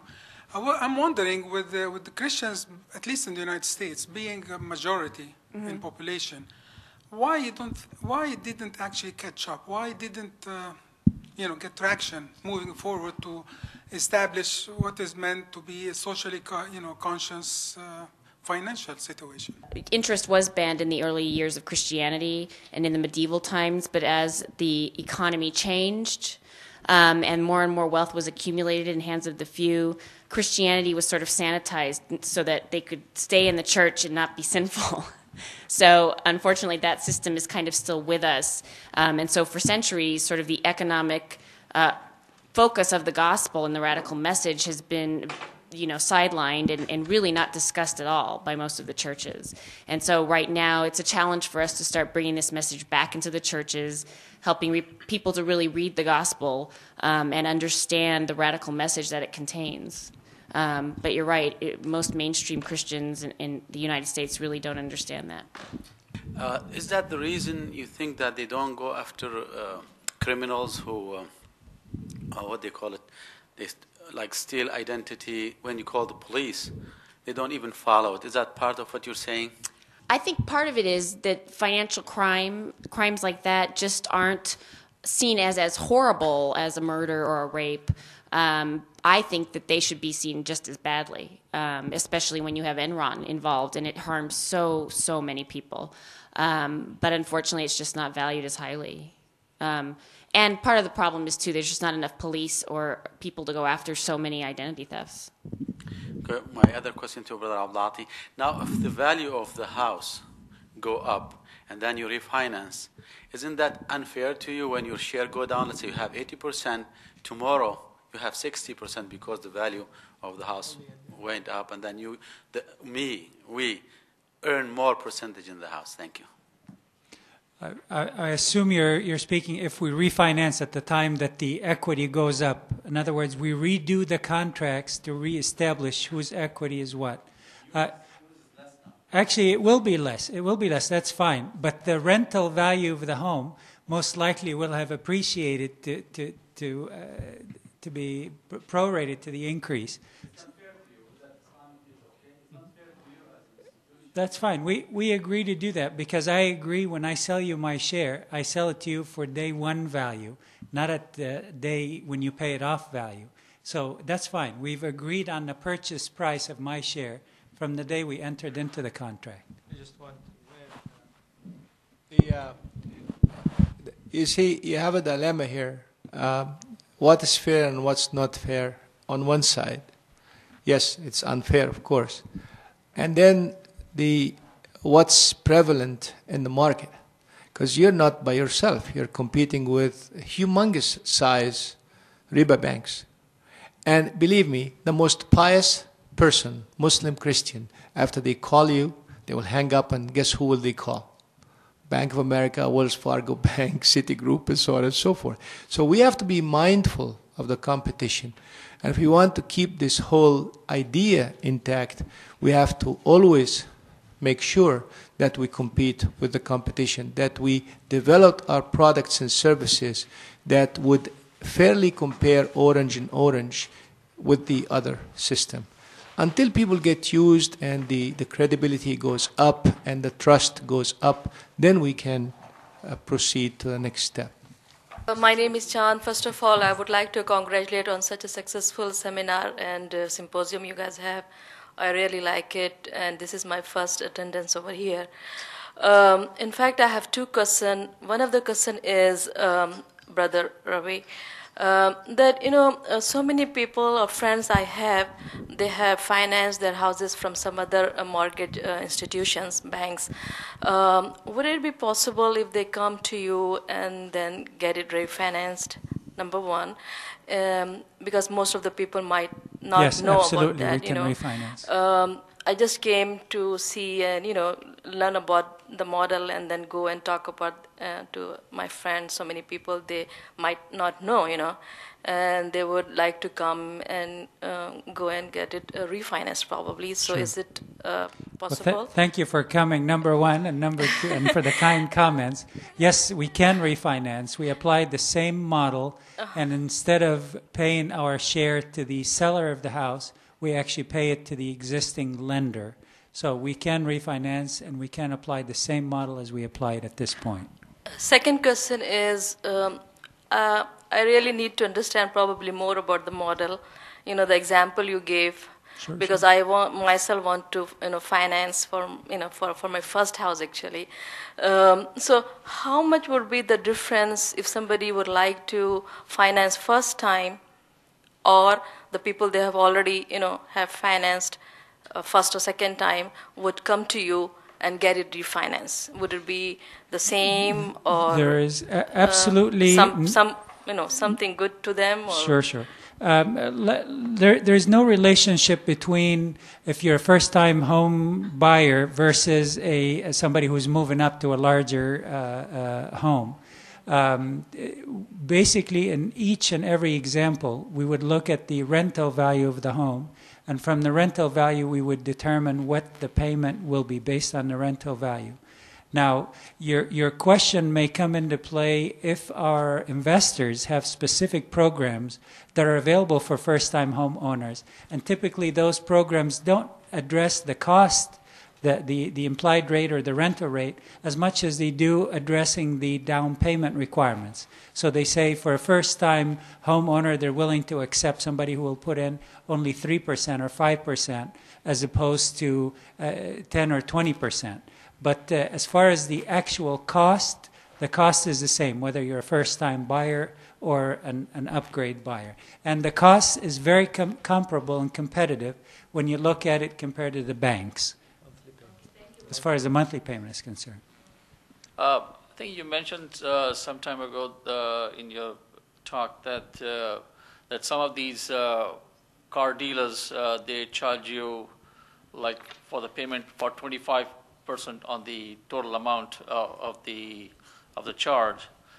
And if I buy a car through the LARIBA, how much do I have to pay for that? I mean, is there any limit for the interest, or probably not interest? What I said is that many of those who finance used car dealers and lots and leasing companies, they can charge you as high as 18% for financing. When you come to LARIBA, we start by marking the car to the market. So if it's a Toyota, we call, if it is a used Toyota, we call rent-a-wreck. Really, then we say, well, how much will it cost us to rent a used Toyota on a long-term basis, 2, 3, 4 month basis? We use this number and we apply our model, and usually it is competitive with the market, and the implied rate would be something like 7, 7.5. It depends on the situation, 8%, so on and so forth. We have a very large portfolio of automobiles that we finance from Michigan up north to Florida down south, and Texas, and New York, New Jersey, and California, of course, Oregon, Portland, Washington. So we do a lot of automobiles. Now, I also want to mention that if you noticed any politician, the first 2 things they promise their public is to own a car and own a home. Some of them do it to bribe people to get their votes. But here in the United States, we really don't do it this way. If you look at the American economy, our economy's backbone is based on 2 most important economic activities: homes and automobiles. And if you want to give a jolt to the economy, make the economic activity faster, then you reduce interest rates. What happens when you reduce interest rates? Home purchases are going to grow like what we're doing right now.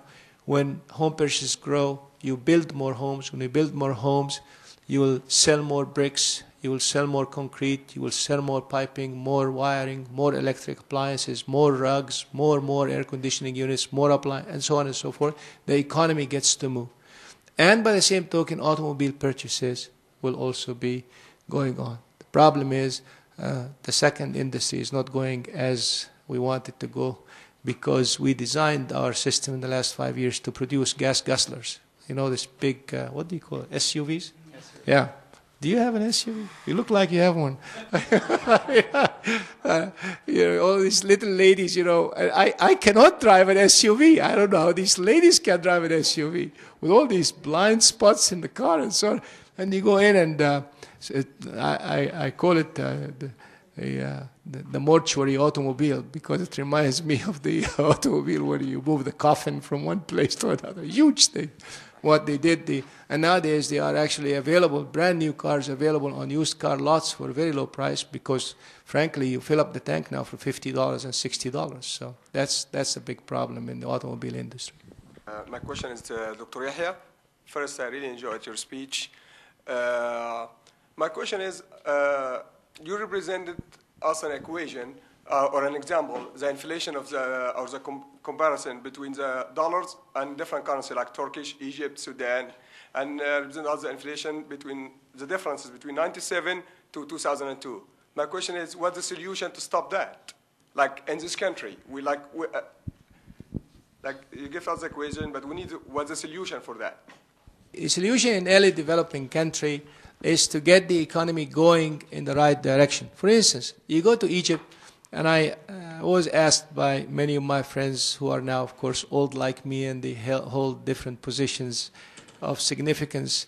And He had a program through the United States Agency for International Development to help them develop mortgages. So I got this report sent to a higher authority, and guess what? They wanted to build 400,000 units. So my reaction was, well, yeah, 500,000 units empty, incomplete. Do you know that or not? In Egypt, for instance, there are so many high-rise concrete buildings that are incomplete. They're just shadow buildings, nothing in them. It costs very little to fix them. Why? Because some big shot went, borrowed money from the banks, built those nice concrete things, and didn't have the money to complete them. And what the banks did, they swept them under the rug. Because if they ever announce them, the bank will be insolvent and they will have a problem. So the real solution is, first, to recognize the problem, bite the bullet. Second solution is to reach to the real masses. How? By making home ownership an affordable thing and make it very easy for them, especially home improvements. So all of these 400,000, 500,000 units can be improved upon and fixed so people can move in it. Unfortunately, that's not what's happening. Lending has been to the affluent and so on. I know of a bank that lent half of its total deposits and assets to one single man. And this man now is, do you know where he is? In France. And he was captured twice by the police, and every time he paid off his way out, went back to France. As a political refugee, he's owing the government $5 billion. Who helps him? It's a very funny thing. But the solution is to work on the grassroots, on the masses. This is what made this country go. This is what rescued our country, America, in the 1938 Depression, as you heard this morning from Fannie Mae. Ability to own homes. And this is the recipe that was used by Malaysia. If you go to Malaysia, you'll be amazed. Young men and women owning beautiful, cute homes, the front yard, backyard, raising their kids happily. And so why should we in America be able to raise kids in a front yard, backyard, having fun, enjoying this? And then in a country like Egypt, because I know Egypt where I come from, they are strapped between four walls in a 100 or 50 square meter apartment. I think it's the same in Pakistan, same in India, right? Same everywhere. Why? The land of God is so vast. You can build in it. So I hope I gave you a glimpse of. In my community of San Diego, many people there are very cynical about Islam, like a true Islamic banking. So I was wondering if there are any Islamic debates or issues regarding the LARIBA model. Or if you want to say, is there any more steps to go, or is this the end of it, No. Like, is there any more improvements to go, or are we there? Well, the model that we have now has evolved over the years. If you attended the morning session, we talked about starting with the Murabaha model, and it has evolved into the Ijara waqtinat, the lease to purchase. Certainly, there will be improvements in the future as we develop them and as the law allows us to be able to do that. I can't really tell you exactly what's to come, but it is to the best of our knowledge and to the best of our ability, this is the best model available under the sun in the West that meets the Sharia requirements, the pronouncements, as well as the laws of the land. But definitely we're open to we have started on a very limited scale offering what is equivalent to ARMS, which is adjustable rate mortgage. A very limited scale to test the market and the operability and so on. If you're asking about new products and innovation. But I think your question has to do with, well, we live in San Diego, lots of people are discrediting what you people are doing. Why don't you come? Isn't that your question? You're a very nice man. You don't want to hurt our feelings. But I think that's what you're asking about, right? Yeah. Huh? We'll be honored. Anytime, let me know. We'll be glad to come. I usually come and give the Jum'ah khutbah at the masjid. And then, and it's not about LARIBA because we've taken it upon ourselves never to advertise or anything like this. We talk about the future of the community and so on and so forth. And in the evening, we talk about matters of raising your family. This is the first time Muslims in the modern history live as minority. How to raise your family as a minority compared to living as a majority. We talk about this issue, and then we talk about the prohibition of riba, why riba has been prohibited on the foundations of the jurisprudence and the rules of the law and so on. And then sometimes I sit down with the youth and we ask questions if they might have based on our experience, how to raise your family and so on. Let us know. We'll be delighted, Mike and I, we can come and bring others. We have a number of clients from San Diego County, and we've had a number of clients when we have applied the model, it turned out that we've advised them not to purchase because of the rental values did not justify the purchase price. If you decide to rent, how is that looked at by the IRS? Is that would that look at a tax credit or a rental credit? If you decide to rent, you mean if the client decides to rent the property, or in our model, the way it's looked at as a rental concept? Sure. The documentation, like I said, the lease to purchase is a conceptual model. It is not documented as a lease. We don't have a lease agreement that we sign with you. We use the standard purchase financing documents, the standard loan documents. So from the IRS and from the legal perspective, this is a loan that is made in accordance with the purchase financing guidelines of the United States. There is no special pronouncements, no special letter agreements that allows you to take advantage of that. I just want to say that we honestly are not doing this for our benefit. Honestly, we're doing it for the benefit of our brothers and sisters. There is no reason why we should add our name to the title of the house. God forbid, suppose this company goes down. And these things happen. Why should I drag you in the courts with me? I think it's unfair. And I know some people are doing it, and then you look in the fine print and say, well, if there is any dispute, we go to the court, it is treated as a financial contract. So why? Why do you have to confuse people and take advantage of them? So we try to document it exactly as a mortgage. So when, God forbid, something happens, 1 in a million, then it will be resolved in an administrative type approach, not going to the legal system for lengthy court proceedings, because it's a standardized relationship. And the second important thing is the metaphor, the concept. What do we do conceptually? We develop everything according to the Islamic Sharia jurisprudence, and then we make it acceptable to the laws of the land. Now, if somebody tries to change the laws of the land, especially in our minority community, he or she are fools, just fools. We don't have the money, we don't have the resources, we don't have the expertise to do this, number one. Number two, we have to respect the law. We stood up, took the oath to respect the constitution of this land, the laws of this land. So you just don't play cute with the laws. That's number one. And the metaphor of this is, there is a big Comdex conference in Las Vegas, and one of the big shots speaking there, and they say, well, if you want to come, your entrance ticket is a bottle of champagne. I say, well, yeah, but I'm a Muslim. I cannot walk with a bottle of champagne. So we tell you, well, here's a solution. You can go to the grocery store, buy a Martinelli, carry it, and then people will ask you, what's this? Tell them, this is champagne.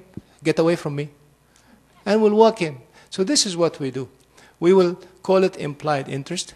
We will have in the LARIBA agreement, we state that the charging and the taking of interest is haram, prohibited by Islamic law, that we calculated the monthly payment on the RUNC and the RAFC. By the way, this is a very important part of the auditing procedure of Freddie Mac and Fannie Mae when we are audited by them. They check on that. So we introduced new nomenclature. We coined new nomenclature in the mortgage business in America, which is, I think, is going to be an important thing to historically report on. And then we say that we document everything according to this, and we use the word implied interest rate, so we can comply with the rules and regulations of the United States government, so our community members will benefit from tax deduction, and everything is documented in that fashion, as simple as it can be. Right now I am leasing a car. Is it possible for me to finance the same car? Sure, absolutely. It's like refinancing. Of course, we can also look at it and advise you. We look at the economic advantage of doing that for you. You cannot hurt yourself and your interests by trying to apply the Sharia. If you have done what you have done because it was not available such a facility, or because what happened has happened, and you ask Allah to forgive, He will forgive you. If it is good for you, we will tell you it's good for you. If it is not good for you, we'll tell you. Okay. And in all honesty, because remember, we report to a higher authority. That's Almighty God. Thank you.